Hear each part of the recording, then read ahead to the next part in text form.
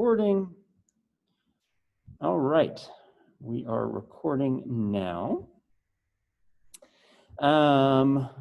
We have a very special initial presentation from one of your classmates based off of her sob. We talked a little bit about it last time, but Isabella, do you want to quickly give us kind of an overview of everything we were talking about, and whenever you need me to change the slide, just let me know. Yeah, I can definitely do that. So can you hear me? I guess I should ask that first. Okay, perfect. So for those of you that remember last class, we were talking about controls and good and bad controls, right? Something like that. And I brought up my car and how it kind of has some interesting design quirks. And Professor Nate asked me to send some photos, and here we are. So I guess looking at these, because we're all very interested in weird designs, right? We can, I guess, go from like, you just got to rent this car and I'm sorry, I cannot see what you're presenting right now. Okay, yes. And you're trying to start it. And my car does not have the ignition in the normal place. So if you look at it, you might be wondering, oh, where's the ignition? Well, it's actually in the console down by where your right hip would be from the driver's seat. It's kind of that little circular thing right there, which brings me to the next slide, which is, Here we go. That's the key you're holding. So they've given you this key, design quirk number 2, and you're kind of looking at this key and you're like, well, what is this key? And then additionally, what is that button that has absolutely no descriptor of any note, that is just a line? And I actually asked myself that question for a really long time. I had no idea what that button was, and I didn't really want to press it because I didn't know what it was going to do. Because it's more like a panic button, but I thought it might make my car start making the annoying noises that somebody's breaking in. So there's that, right? And so you're holding this key, and then you need to start it.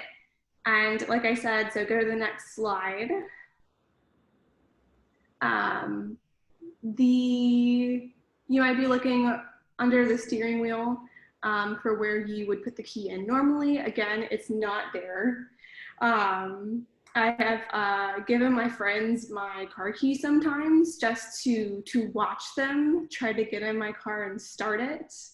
It's like, I don't want to start my car. Like, if you don't mind, I'm just gonna like run and grab something. You can start the car, like get it nice and cooled down, and then I'll come back and they'll still be looking at how to start my car. So that's pretty entertaining, right? That the design is so different that someone can't just get in the car and start it intuitively, having the key. And then you can see in the picture on the right, that is where the key actually goes. Okay, moving forward, because we've talked a lot about the key and actually starting the car, because both are very interesting. I actually had the issue when I had to get, this is my second one of these cars. The first one, I had to get it towed at one point. And after the tow truck driver asked me how to start the car and he got it up onto the bed, he was like, I don't know how to pull your emergency brake.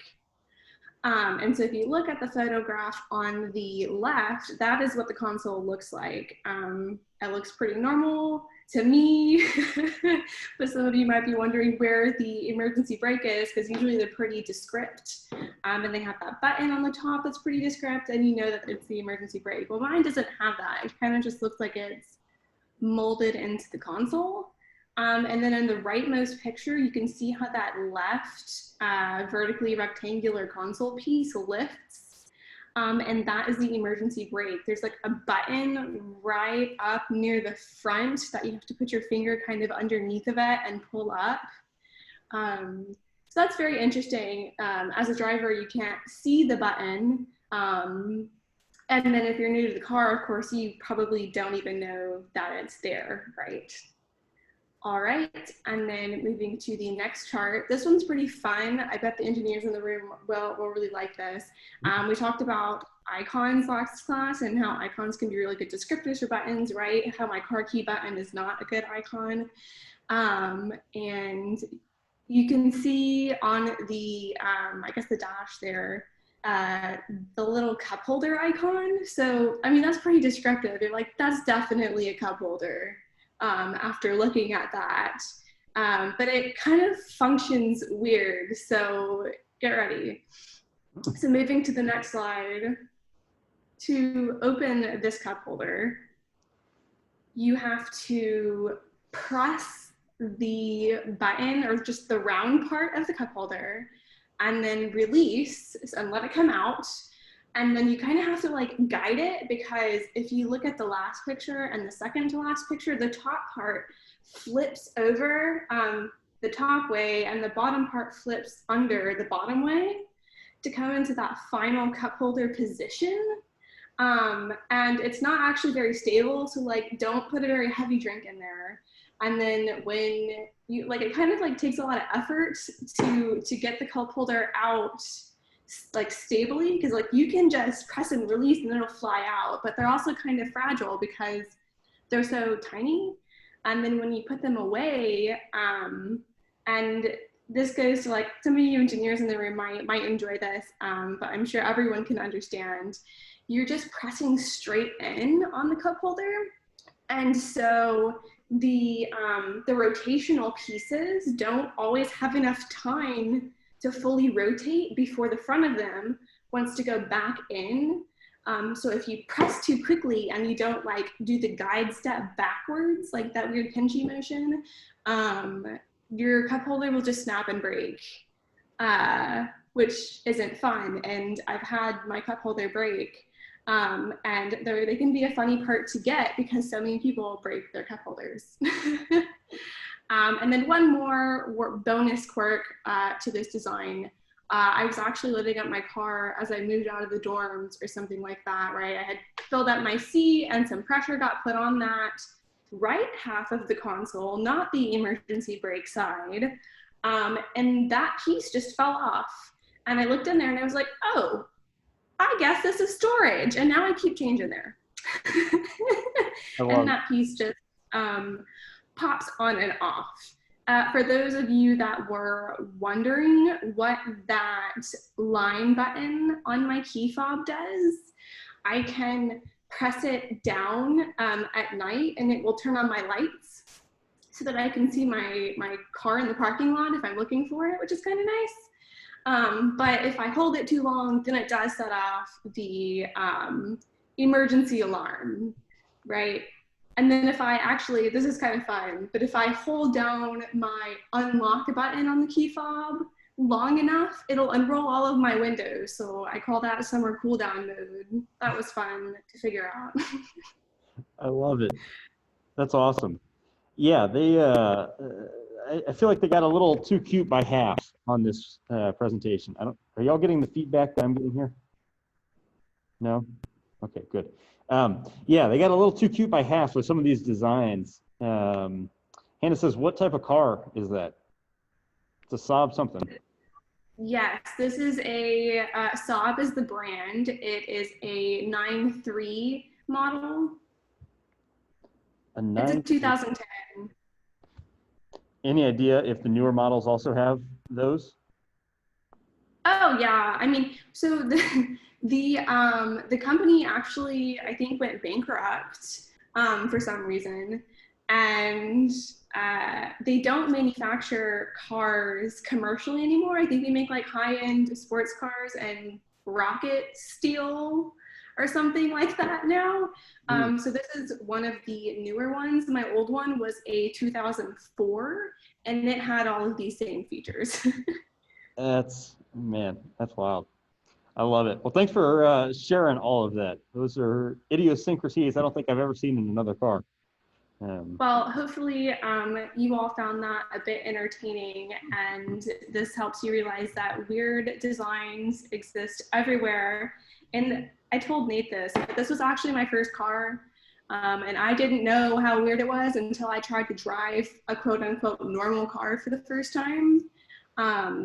Yeah, I was driving to the beach with my friends and it was my turn to drive and I had no idea how to start the car. And there was a lot of concern about whether or not I could drive because that is such a normal thing for people to know how to do, to start a normal car. I love it. And actually, after our meeting last time, I got back in my truck, and I think I told y'all that the volume goes left to right and the playlist goes up to down. And I mistakenly said that going down goes to the next song. The next song is actually up. And so, again, I think we've violated that assumption of people believing that, kind of next is further down on that playlist, so much so that I even confused myself when telling y'all about it. So, yes, if you look, you will see. You don't even have to look that hard for a whole bunch of really crappy design examples, or even if they're not crappy, idiosyncratic ones that take a while to learn there. So, awesome. Thank you, Isbeta. That's awesome. So today we are talking about human-computer interaction. We've already spent a little bit of time talking about what we learned last time, so we'll go ahead and skip that. Here is your fun fact of the day. The longest wedding veil was 22,000 feet, almost 23,000 feet long, or about 63.5 football fields. You can ask why. The answer is I don't know, because everybody has to feel special somehow. All right. So before we get started, I want to play one of my favorite clips of all time. Let me go ahead and... If y'all don't know about The Onion, you absolutely should know about The Onion. But let me, the video panel. All right, here's just a really quick little video mocking some of these human-computer interaction stuff.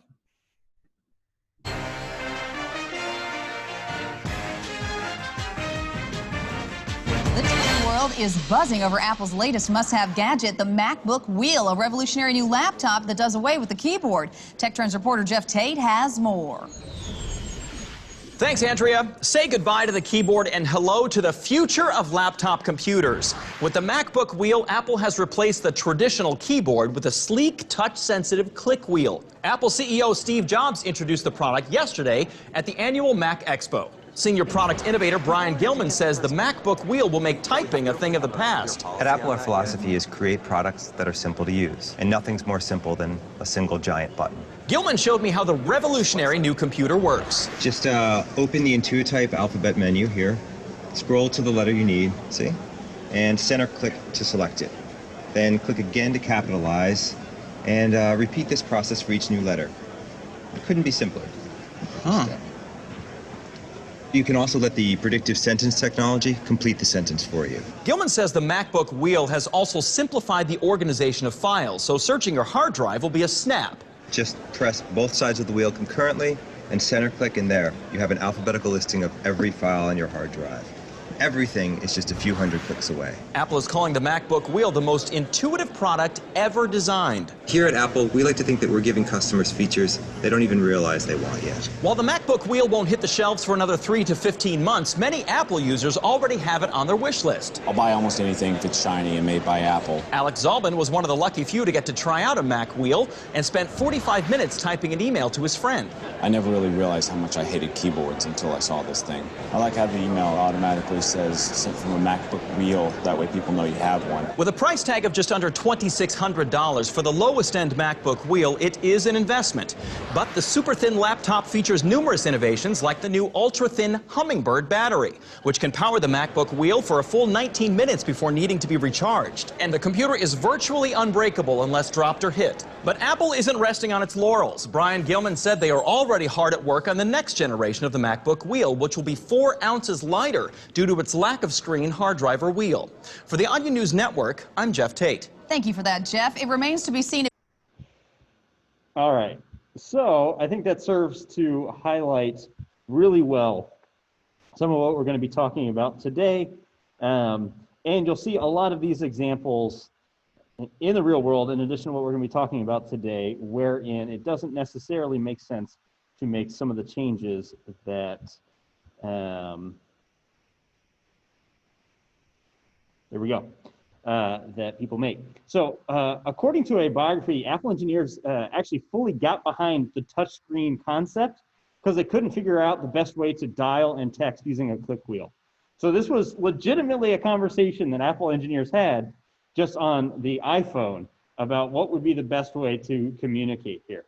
So luckily they abandoned that and went with the touchscreen concept, but it's not that outlandish.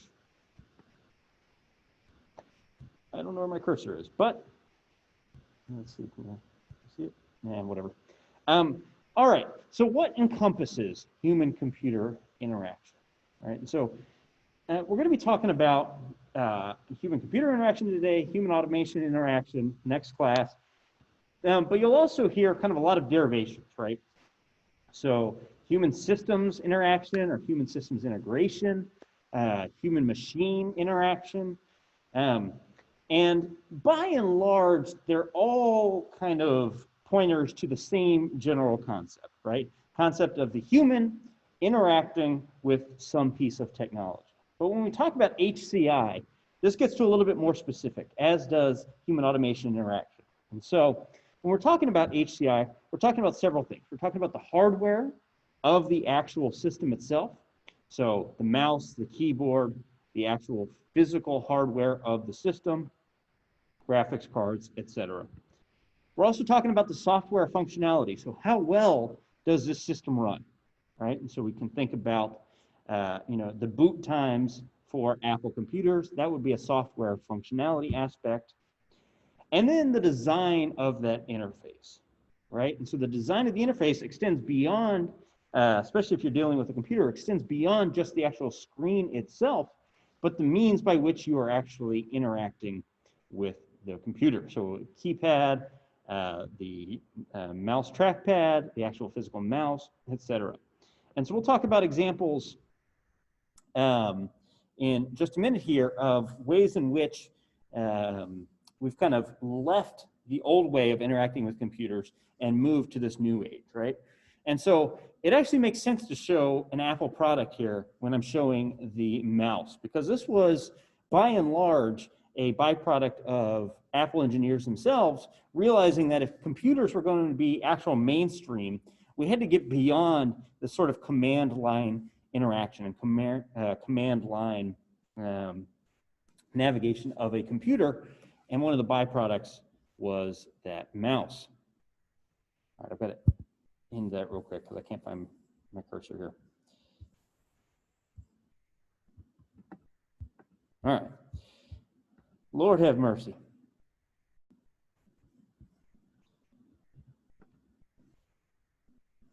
All right, there we go. Now I can move the chat box. Although apparently not all the way over there, whatever. All right, so the basic dialogue styles in common use for the actual interaction with the system. One would be command lines or syntax, right? So if you've ever opened up the terminal or the command aspect on, so the terminal on Macs, command for Windows, you'll have some familiarity with the actual navigation. I'll show you that in just a minute. Function keys on a computer, menu selection forms, fill out forms, or fill in forms rather, excuse me. Question and answer, so that would be open-ended type dialogue. Direct manipulation of visible objects, so think like the mouse and the cursor, right? So every movement of the mouse has a subsequent corresponding movement of the cursor. Multi-touch and gesture, like what we have with the iPads or any sort of touch screen based computer. 3D navigation, and so think, any sort of gaming environment. It's not just a two-dimensional space. You now have, in fact, you kind of have 4 dimensions to navigate through. So not just the 3 dimensions we think of, but then also time as well. And then conversational, right? And so this is where you get in with devices like Siri or Alexa. You can start having that conversational interaction as well. So let's go over each of these. So command line is kind of what you see here on the right-hand side. wherein you are literally typing in commands to your computer, and the computer then executes them, right? And so you can see, I can't move my mouse. This is an example of bad human-computer interaction, but it's not letting me move my mouse over there. But you can see, like 4 lines up, it says cd projects / right? That cd means change directory, right? And so there, you're telling your computer to go to this folder named projects. The line under that, pwd, says print working directory. So that tells you where you actually are in the navigation in your environment. And you can see how this would be a much different experience with a computer than having this kind of graphical user interface that we all use. And so you would have a series of commands to, make a folder, to edit a document, to open a document, etc. And it used to be the case before we had these graphical user interfaces that they would publish big books with series of commands that would allow you to get a certain kind of experience with your computer. One of the things inherent in these any sort of these command line things is you have to kind of know what the lingo is that you're using, right? And so wherein you know that you want to print the working directory, right? Print the issue, your command in essentially telling the computer to give you out whatever you are asking for there. So by printing that working directory, you now have a command that says, tell me what directory I am in right now, printing that out. And so if you know that lingo, that syntax can be really easy to kind of pick up, but it can be tough to kind of learn that lingo early on, right? So it can be hard to learn it initially. If you are using command line structures or command language, you want to try to make that as natural and easy as possible, but you also want to make it consistent, right? Avoid any sort of arbitrary convolution in a way that prevents your user from understanding what's going on. Avoid arbitrary use of punctuation, right? That can be really hard for people to actually understand what's going on. One of the things you'll notice over here on the right is you'll have a command and then you'll have kind of this qualifier, right? This addendum wherein you put a hyphen and then an additional thing, right? And so that's one of the few sources of punctuation that you'll be using in this sort of command line interaction on most of your computers. But it is still there.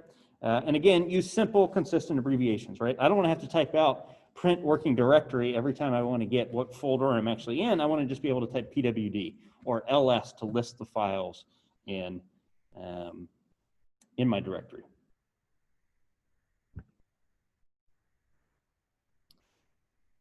And so most of your computers have function keys. Even if you don't know what these function keys do, they do serve somewhat of a purpose in the sense that they're trying to reserve space on the keyboard for generic and high frequency important functions, right?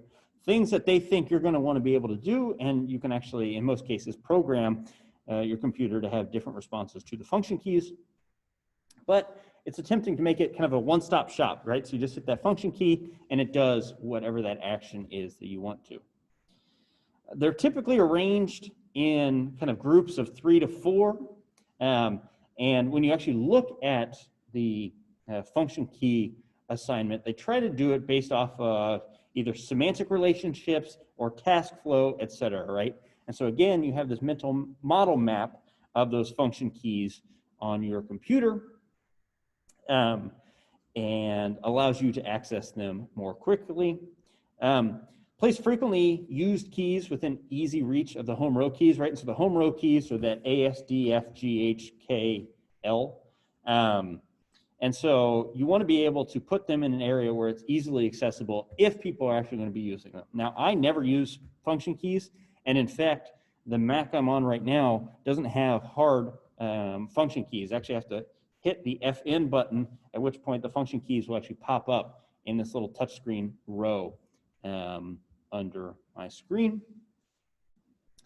But you also want to place keys that have serious consequences, things that you don't want to be able to do just by accident in hard to reach positions and not next to other function keys, right? If you had a function key that was going to do a full system reset, you wouldn't want to put that in a position where I could accidentally bump that when I try to type the number 9.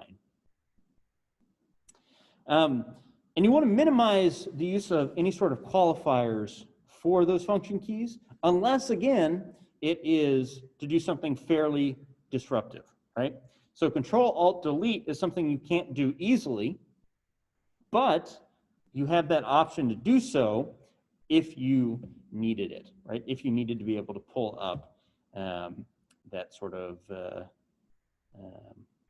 whatever they call it, the task assignments, the ongoing task assignments.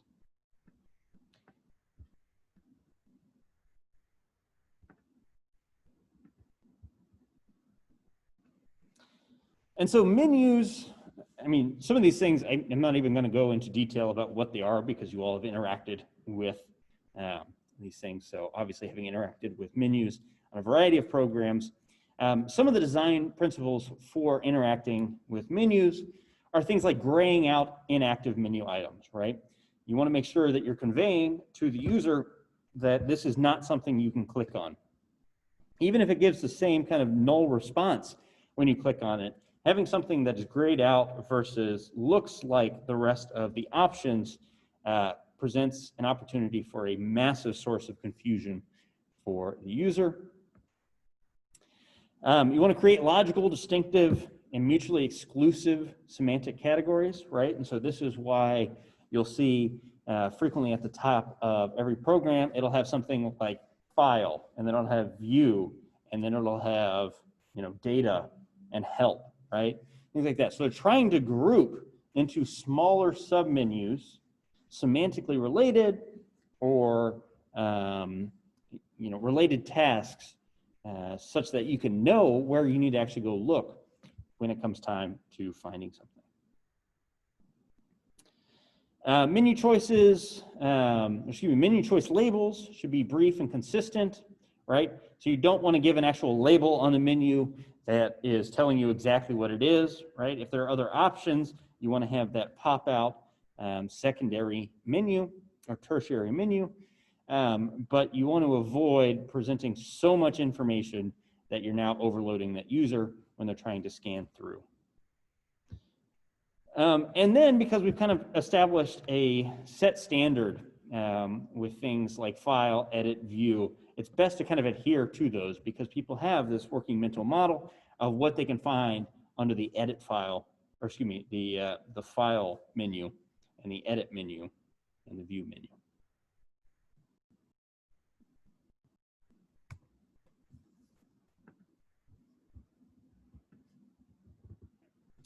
So wherein you need to have fill-in forms, I actually hate fill-in forms for a variety of reasons, but those are mostly kind of the back-end software and database management stuff. But so where you're using fill-in forms, you want to organize the groups of items according to the actual task structure. All right, and so making sure you've got some form of organization so I know where to go if I need to go back and change my data or look at my data, et cetera. Make sure you're using white space or Gestalt grouping principles, right? So perhaps you're putting a boundary around them, or you're just having white space. You're grouping them in such a way that makes the groupings logical, right? If I know I need to go back up and find my credit card information, I want to be able to search for anything related to credit card information to kind of hone me in on what I'm looking for. It shouldn't be necessarily the case that my name and credit card information are immediately right next to each other without some sort of Gestalt grouping, which will allow me to subsequently go back and verify information. Support forward and backward movement, right? And so this is one of my biggest pet peeves, wherein if you go to the next page and realize you screwed something up on the previous page, going back erases everything, right? And so if you have that ability to temporarily store information to auto-populate backwards, that's great. That also includes when you fill in something wrong and it gives you an error, you want to auto-populate that fill-in form with everything they just submitted except for that error. You don't want it to be the case where now they have to go and re-put in all that information. Again, with conceptual information you want to keep related and interdependent items on that same screen. Your best bet is to indicate whether fields are optional, right? If not, you're going to run into the issue of them either not filling out the required forms or spending too much time on things they don't necessarily need to do. And you want to provide some sort of prompt or reminder of incomplete entries, right? And so one of the things you may notice in a lot of good fill-in forms is if you have not completed that form, so let's say you're putting in the date and you put in, you know, what is today? Today is October 6th, so you put 10/6/2, it knows you haven't finished filling that out. And so it'll usually border it with red or put some sort of concise little indication that says, please complete, right? So it's cueing my attention to whatever that area is and providing me some sort of indication that I either haven't filled it out or it's an incorrect, etc.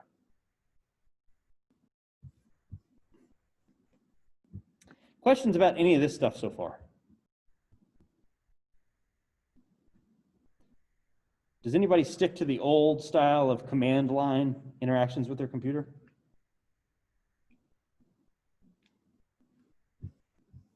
Seeing Anna shake her head no.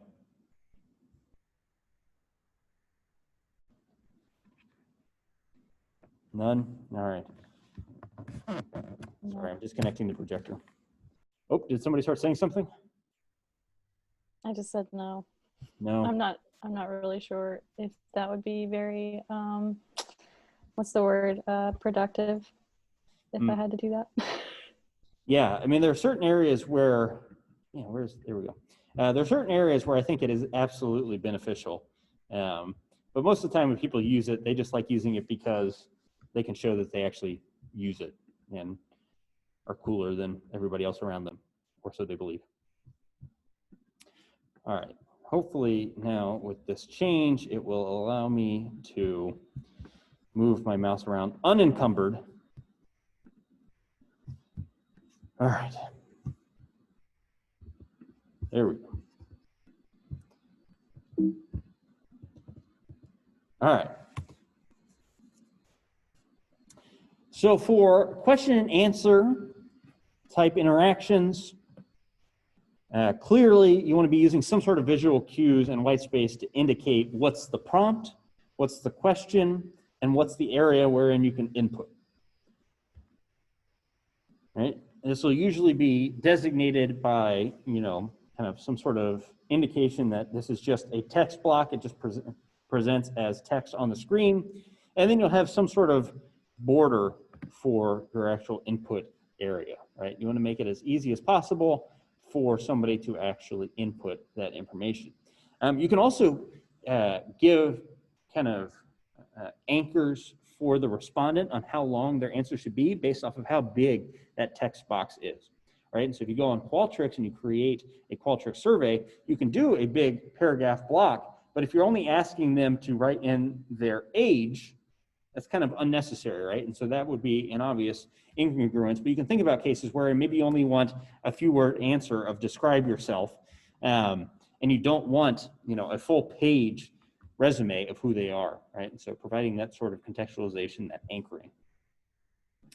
Obviously state the questions in clear and simple language, provide flexible navigation. So again, allow them to move around as necessary if appropriate.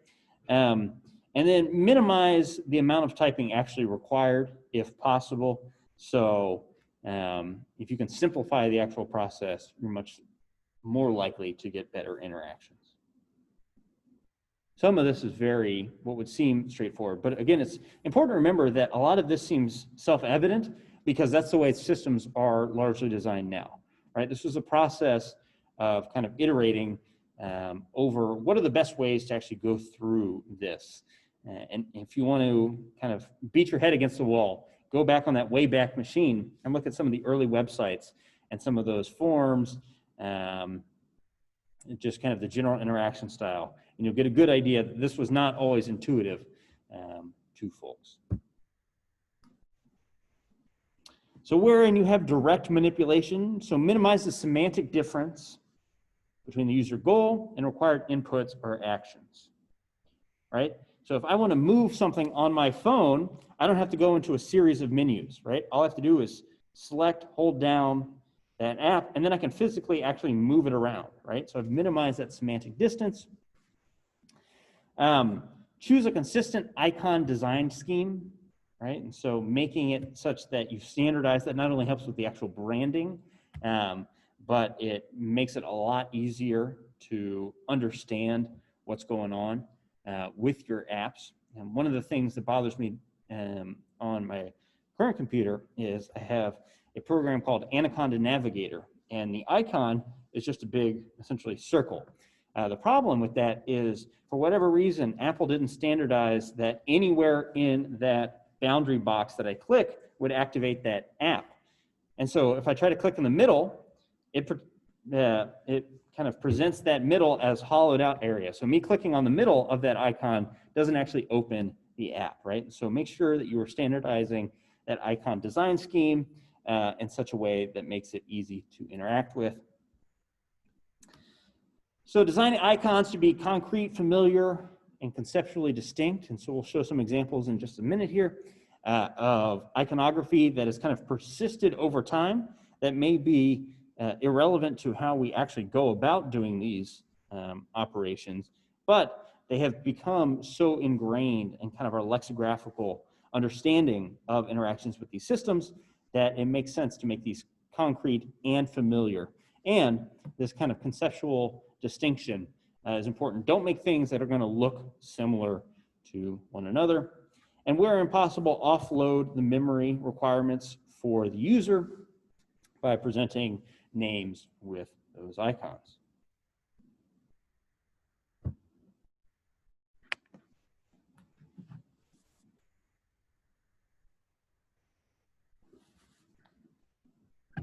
So we've talked a little bit about multi-touch and gesture interactions, right? One of the things we talked about, I guess it was last Thursday, was with the trackpad on computers, right? How they've now, excuse me, for Apple, at some point they flipped that directionality, right, to try and make that gesture as kind of congruent with, for example, the iPad, where if I push down and scroll up, I now go down on the page, right? So they've tried to standardize that sort of interaction. But you want to, excuse me, you want to make sure that what actions are possible are self-evident to the user, right? So at this point, having had a lot of interactions with touchscreen technology, it's very obvious to us if we want to go to another page, we can try a variety of things, right? Just swiping around on the screen, but that's not always self-evident, and especially for late adopters to these technologies, you want to make sure that whatever is possible is somewhat intuitive, right? Making those gestures easy to perform, so not some sort of obscure combination of actions that are very either temporally synced or physically synced in space. That, I mean, are so dependent on each other that misperforming that action doesn't render a desired consequence. Use appropriate metaphors, right, such as spread to zoom. When we think of making something smaller, we always have done this.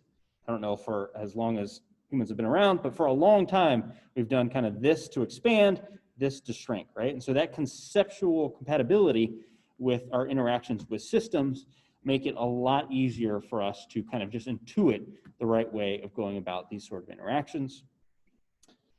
Minimize fatigue and stress with repetitive use, obviously. And then ensure gestures are easily differentiated by the computer, right? So it wouldn't benefit me to have my Apple computer not be able to tell the difference between a 2-finger scroll and a 3-finger scroll, which are going to give me very different responses on my computer versus just a 1-finger movement, which is going to move around that mouse, right? And so make sure that any of the gestures you're adding are not going to be easily confused by the system.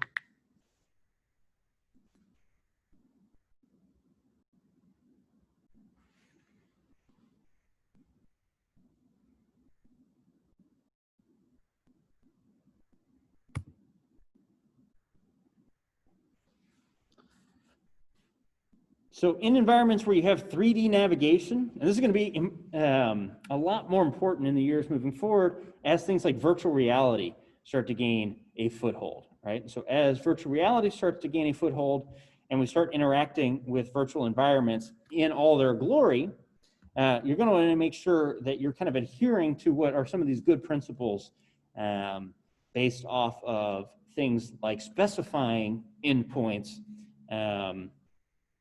and using kind of natural interactions, right? And so when you look at a lot of these virtual reality environments, they're trying to rely on as natural of interactions as possible. So if you can move around in a space, walking around will move your player around, moving your head will move your actual field of view in the environment. They've even tried making controllers that make it as, in theory, similar to the real world as possible, such that in first shooter games, you're kind of pulling a trigger or you're grasping things and moving them around, etc.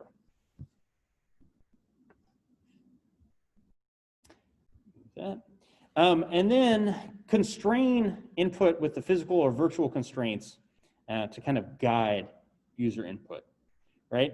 And so, you know, if you have a physical boundary by which you can't move, you want to constrain that visually as well, right? And so there are great examples of people who are playing virtual reality games in their house and accidentally put their foot through a TV because they weren't paying attention to their actual physical environment, especially because they can't see in there. But try to make it obvious when somebody can't actually move in an environment in the virtual world that they can't move, right? Constrain them in much the same way that we would be constrained in the real world by putting some sort of physical barrier there. And that's why, if any of y'all have ever played a first-person shooter like Call of Duty or things like that, at the barriers of these maps where you're interacting, there are usually hard barriers that you can't actually go through, right?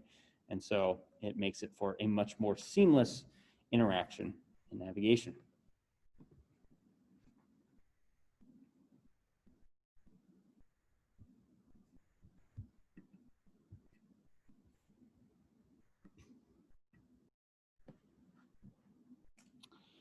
All right, so with new technologies like Siri, like Alexa, like a lot of these other, you know, Replica or GPT-3, et cetera, these conversational agents, you're going to want to kind of address some of the issues as they would arise with human-to-human interaction, right? So the context of the interaction is going to be guiding the meaning of that interaction, right? And this is where things really start getting interesting to me, right?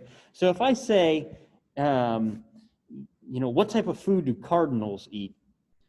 Your likely interpretation is that I'm talking about Cardinal the bird, right? Not Cardinal the religious figure. If I say, how many times a day does a cardinal pray? You understand that I'm probably talking about the religious figure and not the bird. And if I say I flew from here to Texas, I don't mean I physically flew.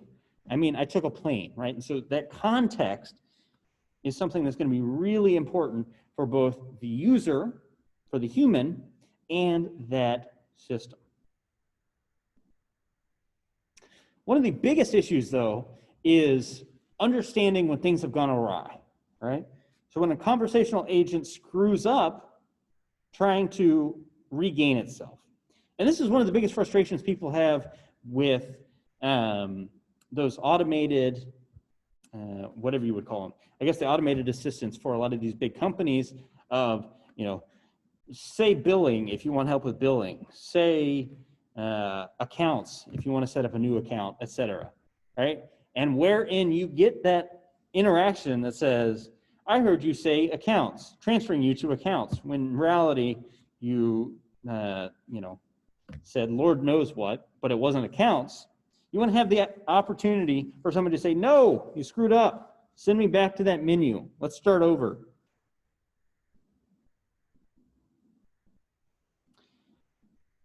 If possible, using the context of the interaction to minimize interruption of ongoing activity, right? And so again, you want to present as much information about that context to both the human user and also to that agent, or at least have that automated agent, that computer agent, understand what's going on. It usually helps, at least at this stage in AI development, to build dialogue around a plan, right?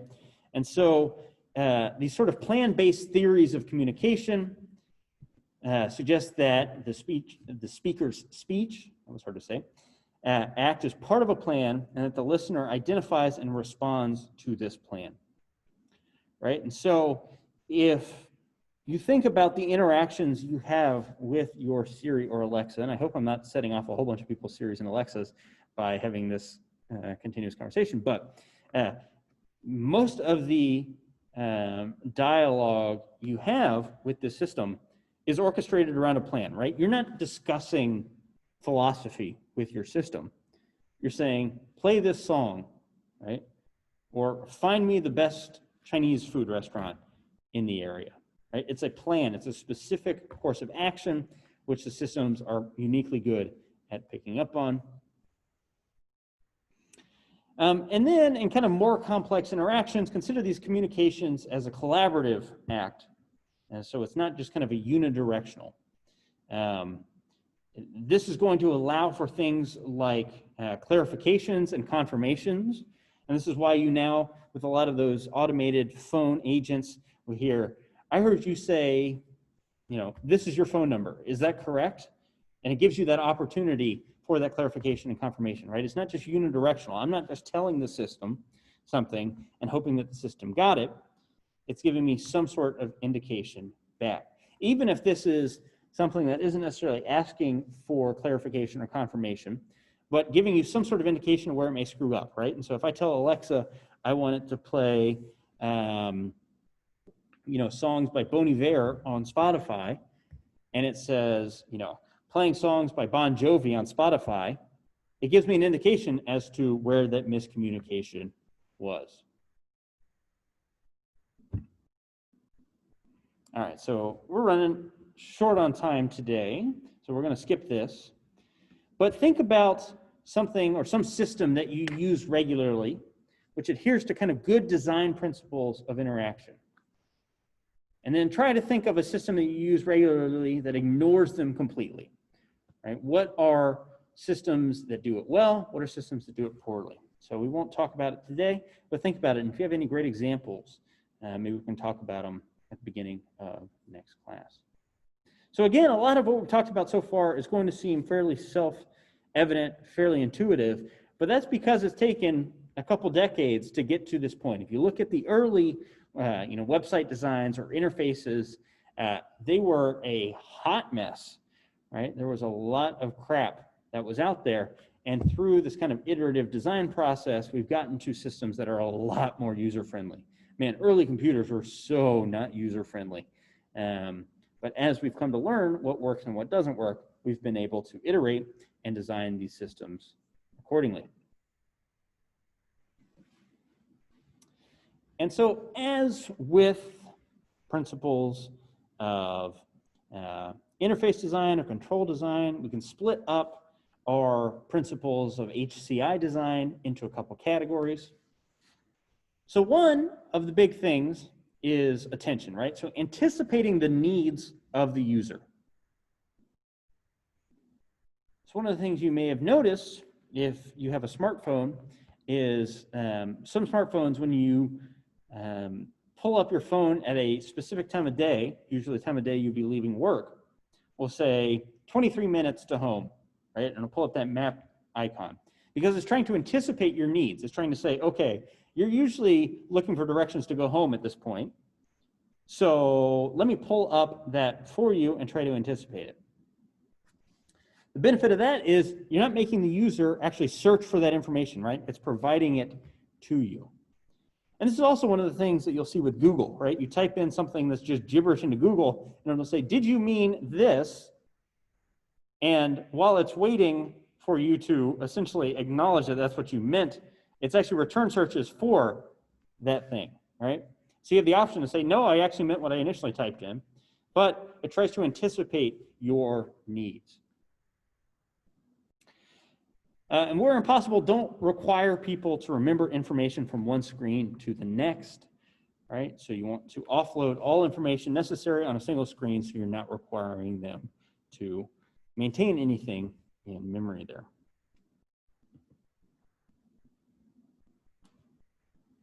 So one of the things you also absolutely want to do is highlight specific changes in a system's status, right?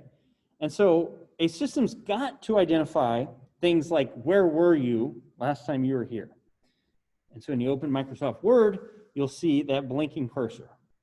Right? The blinking cursor indicates not only where's your cursor now, but serves as a good attentional grasping salient event when you return back to that Word document down the road, saying, here's where you were typing, right? But so it's not requiring you to go through and search and think, okay, what was I saying last?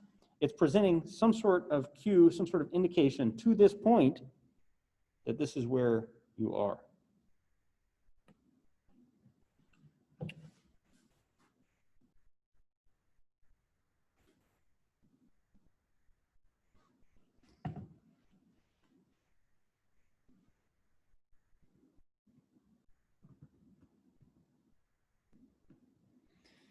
You also want to limit interruptions and distractions, right? So when we think back again to that sieve model of predicting where people are going to pay attention, if you have something like stupid little Clippy here that pops up, it's going to be salient, right? It's a salient event popping up. It's going to capture your attention. And now what you've done is pull me out of the workflow that I was engaged in and now forced me to kind of at least acknowledge Clippy. Right? So if you have to use notifications or if you have to use alerts, use them sparingly. I think I've already talked about it in this class, but one of the best things you can do on your computer for productivity, is turn off notifications. So turn off the notifications for any texts or iMessages you have, turn off notifications for emails, turn off all notifications. Because when you're in the workflow and you get something salient that pops up that grabs your attention, you've now reduced your productivity in the minutes after you return back to that primary task. Even if it's just a slight transition to, okay, here's this acknowledgement, here's the secondary task, and now I'm going back to that initial task, it can take up to 30 minutes to return back to that flow state that you were in before.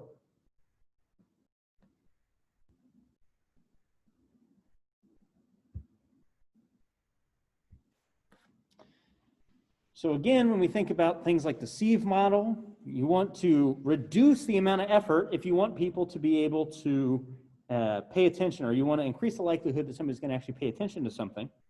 It's a similar concept with this sort of HCI design, right? You want to minimize that information access cost.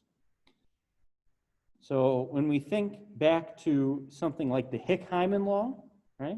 Somebody remind me, what is the Hick-Hyman law?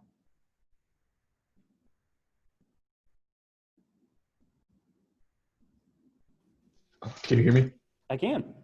All right.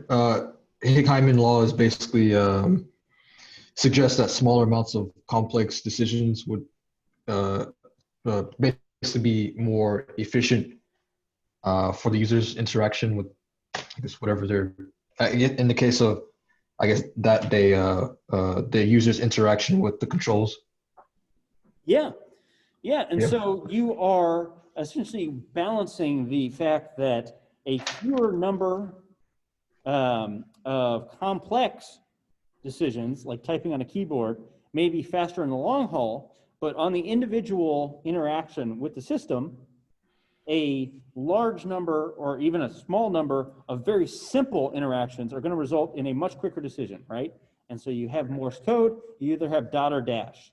The individual unit of action, right, and just either selecting that dot or dash is going to be a lot faster than coding for, okay, which key do I need to press, right? And so you want to find that right balance of, you want to minimize the number of mouse clicks, but you also don't want to make it such a long menu list that now somebody has to go all the way through and figure out what the heck's going on, right? You don't want to have a lot of these sub menus that you have to go through and click and click and click and click to get to what you want to get to.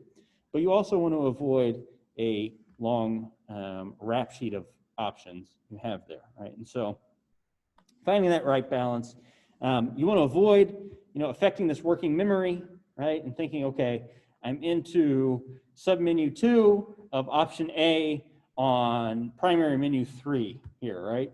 You want to make sure that it's easy access for your user. So when it comes to perception, you want to make system structure and affordances visible, right? We've already talked about some of these automatic perceptions with things like buttons, right, on your HCI.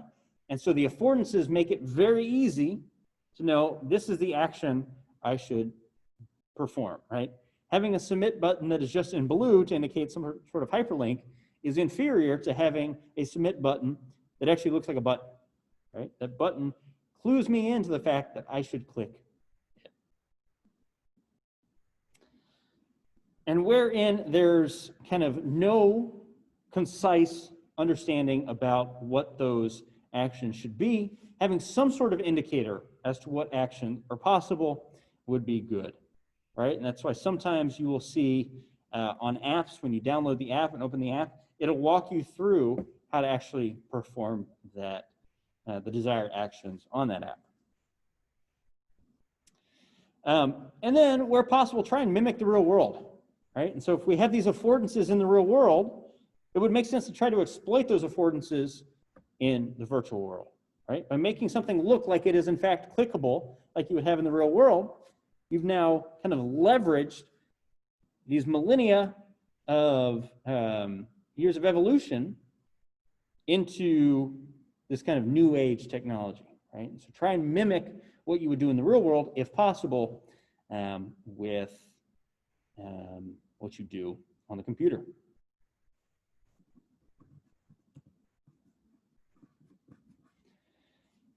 So one of the things that Microsoft products do well is supporting recognition rather than that forced recall, right? I remember that this is the text box, right? Because all I have to do is use it a couple of times, and this looks exactly, that text box looks exactly like what you get initially with that text box, right? And so I know that when I'm looking for it, I don't have to actually go through and read the words. I can just search for a specific symbol, right?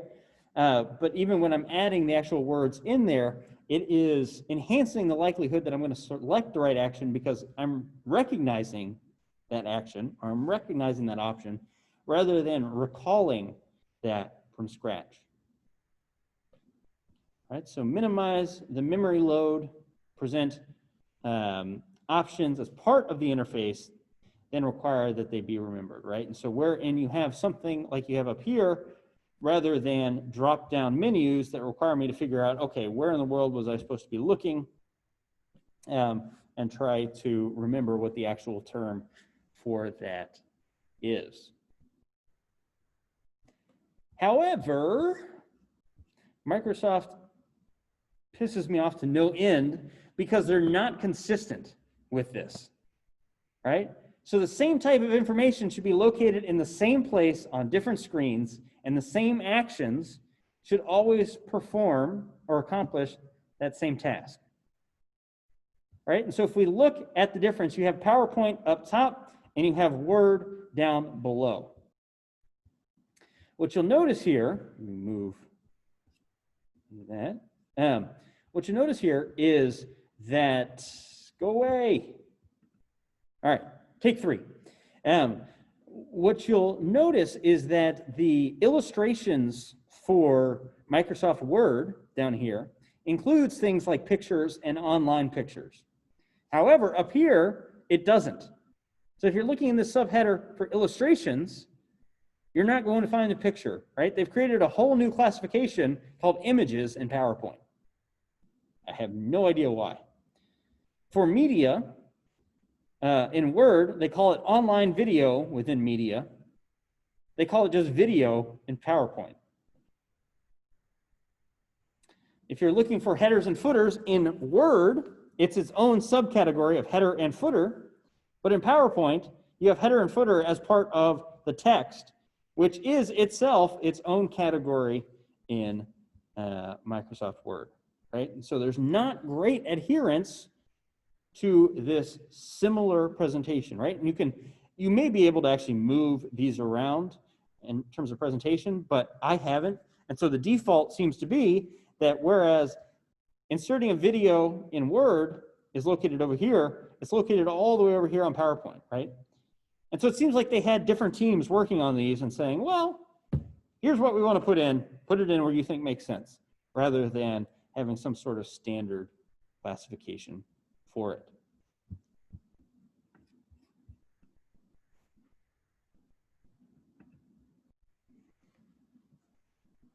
So like we talked about of matching systems to the real world, right? We rely on iconography that is representative of the way things used to be, right? Most of y'all are probably too young to have used floppy disks in any real capacity. But back in my day, this is how we used to save documents, right? There was no real kind of firewire transfer of data. There was not the opportunity to burn onto CDs. And so what you would do is insert a floppy disk and you would save it onto that disk. Hope says, I used floppy disks in elementary school. Well, thanks for making me feel old. No, I'm kidding. Yes, so you've at least gotten some interaction. It's okay, I'm just teasing. I am old. You've at least got some sort of indication here of what that was supposed to be for, because this is the initial way we saved documents. And it doesn't make sense to revamp it now, because even those kids who have no clue what a floppy disk is or how a floppy disk works know that that's the save button, right? This paste icon, bookmarks, right? And so by leveraging outside of technology labels, like an actual bookmark, you know what this is, even without having to have any sort of label. Voicemail, going back to the good old days when you actually had tapes for voice messages, right? And you would have to rewind your voicemail so it could play over old messages. Crap.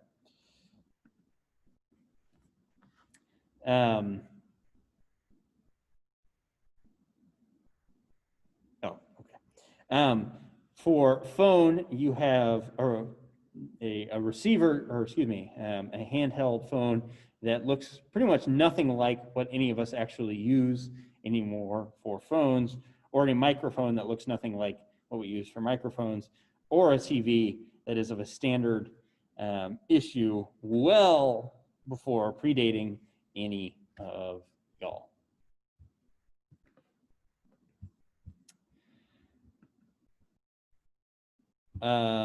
Old Apple Newsstand app looked like a bookshelf. Oh, okay, I didn't notice that, but yeah, that's another great example. So again, they're leveraging these old examples. And so even though there's nothing, functionally similar between the newsstand app and a bookshelf, they're relying on that kind of conceptual similarity to enhance. Because of our kind of heuristics and biases, you want to make sure that systems appear credible and trustable, right? So websites that appear or seem more credible and trustworthy are going to lead to people actually buying things on those websites, right? I mean, just conceptually think about it. If you go to a website, frankly, if any of us went to Craigslist and Craigslist said, put in your credit card information, probably none of us would put it on there because it looks kind of like a janky website, right? But if you go to a nice website, it just going, even if there's nothing about it that actually kind of should evoke trust, but it looks nice, you're more likely to actually trust that as a source. It's a beta. I think I've seen floppy disks used as coasters, but that's it. Get out of here. Yay. Yes, and so, things that are negative influences on trust, typographical errors, right? And so spelling mistakes on a website can dissuade people from actually buying things on your website. Having broken links, and by that I mean hyperlinks that don't actually go anywhere, or hyperlinks that open another tab but don't actually open the website that you want to. Positive influences on trust, so the ability to contact real people, and then also transparency on how a system actually works. I'm going to move on quickly here. I'm running out of time. You also want to consider the aesthetics and simplicity, right? And so one of the things from early websites, if you go back and look at that Wayback Machine, you'll notice every single color known to man was on there. Whereas now they've tried to actually minimize the complexity in both, size of font and color variations, right? If you look on, for example, Apple's website, it is a very streamlined appearance. So remember, people tend to go with the default, right? And so choose appropriate defaults for your systems. One great example now is if you get a campaign email from any politician in this cycle, it'll frequently say donate now. It'll have a donate now button, and it'll take you to a page where you get to put in your contact information and your credit card information, et cetera. And it's usually the case that they've set the default at like 50 or $100, right? And that isn't the average donation, right? The average donation is usually much smaller than that. But by establishing that default, they're A, trying to anchor you on, hey, you should give more, but B, hoping that people just don't change that default.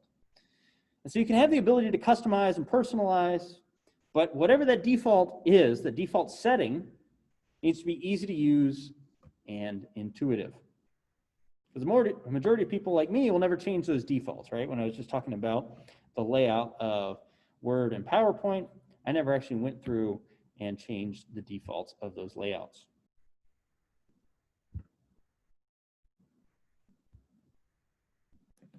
So simplify, simplify, simplify. So simplify structure and simplify and structure task sequences. So reduce complex actions into smaller, simpler steps. All right, so just think about this if you're going out and filling a form online. Rather than filling out a long, complicated form, try to break it up into multiple screens, right? And so this is why when you take a survey online, they'll usually have a progress bar there, right? They could have put all of it onto one actual page, but most people will then kind of get overwhelmed by the amount that they have to fill out, and so they won't actually go through and fill it all the way out. Your completion rate's going to be higher if you break it into a series of smaller screens that allow people to fill it up. It's manageable. Move on to the next one. Manageable chunks, right?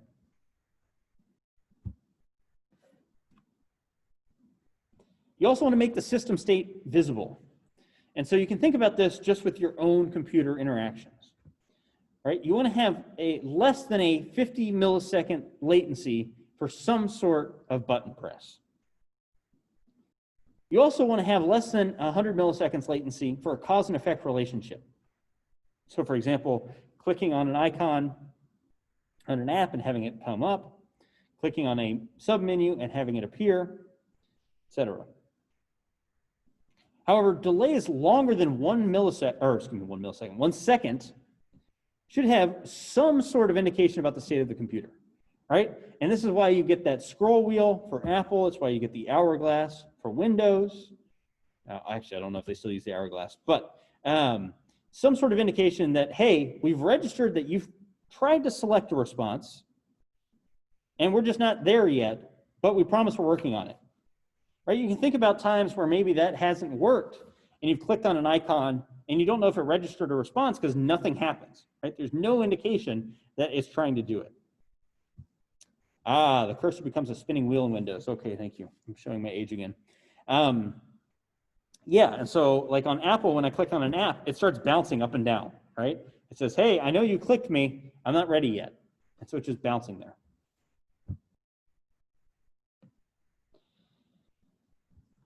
So whereas you want to have those good defaults and that standardization, people are going to have different preferences, right? And so you want to give people the ability to modify within reason, right?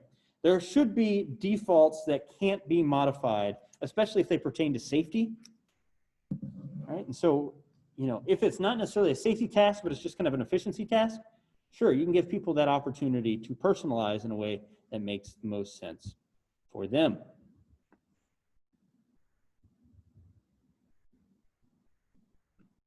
Yes, Apple does give you the rainbow wheel when things get bad. The rainbow wheel says, hey, we screwed up. Your system's about to reset, but it'll probably take 20 minutes to do so.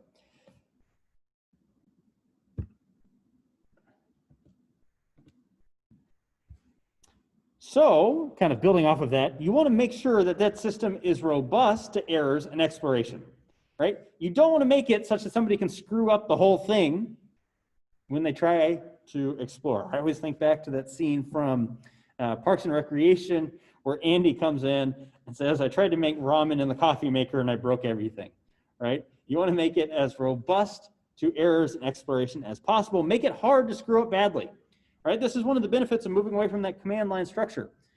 You can remove directories that you shouldn't be removing really easily with one slip up of what you type. And there are no, in the command line, there's no, are you sure you want to delete this? Whereas you usually have the redundancy of either confirmation that you want to delete it, or on a lot of operating systems, you'll delete something, but it won't actually delete. It'll just move to trash, right?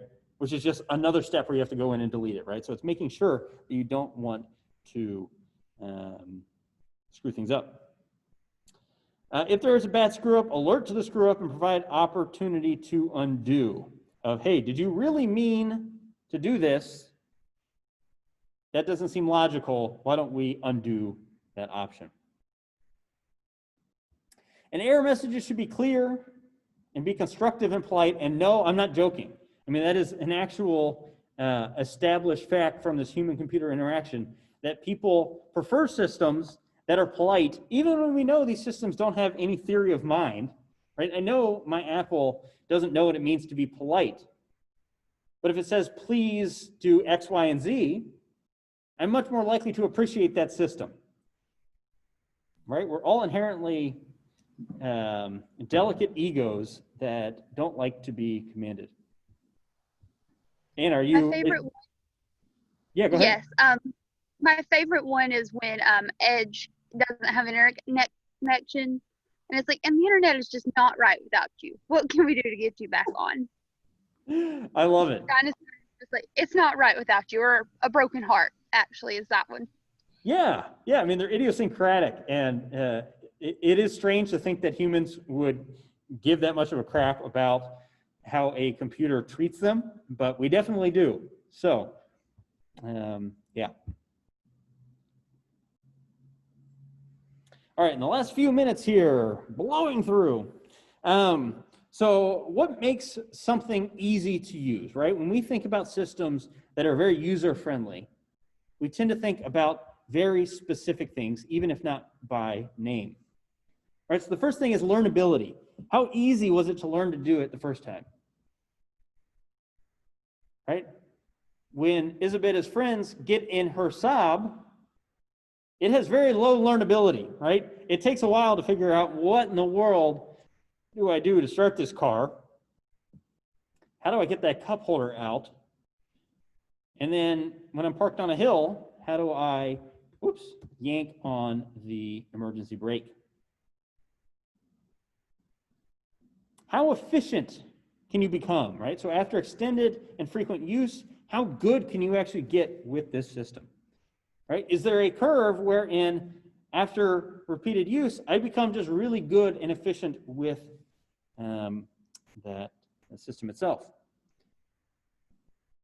Right, and so this efficiency is, remember when we talked about the QWERTY keyboard that we have now and how it was designed to be inefficient?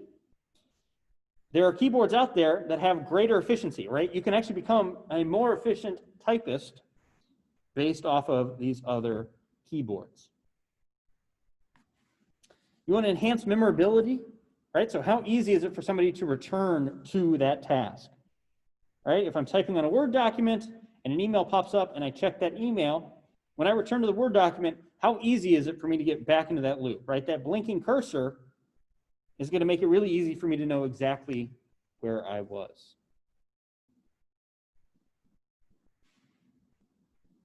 For errors, We want to know not only how many errors are committed in this, but how severe are the errors, right? We'll have tolerance for imperfect designs, although as we'll talk about with human automation interaction stuff, people have what's known as this perfect automation schema, right? And so we expect systems to be perfect, and when they're not perfect, that has substantial deleterious effects on our interaction. But we need to make sure that errors that are occurring are not severe, right? Especially for when it's a high-risk domain, you want to make sure that the defaults, there are fail-safes, etc. You don't want to make it possible for me to accidentally delete my entire hard drive. And in satisfaction, how much do you enjoy actually using that product? Right? So when we think back to the quote from Steve Jobs, one of the first classes, people don't really care about what your product does. They care about themselves and your product's ability to help them do that, right? And so is it creating a system that people actually enjoy using? And part of that enjoyment could be kind of the cultish following that some of these products have, right? I mean, I think just objectively, and I love Apple products because I've got them, but objectively for any price, there are other systems that are better than Apple systems that you could get, right? But Apple has done a great job of making these systems very satisfying to use, right? They've created an ecosystem. They have created a kind of very visually appealing system, et cetera. But, you know, it's important to think about kind of the confluence of all of these different features and factors. All right, so that was a blow through of HCI. We're going to talk about human automation interaction on Thursday, and that will be things like self-driving cars. We can even start talking about artificial intelligence, right? This automated cognition. If you have questions about what we covered today, I know I covered all of it really fast. I'm happy to stick around and answer any questions you may have. Otherwise, get out of here, and I will see you all on Thursday.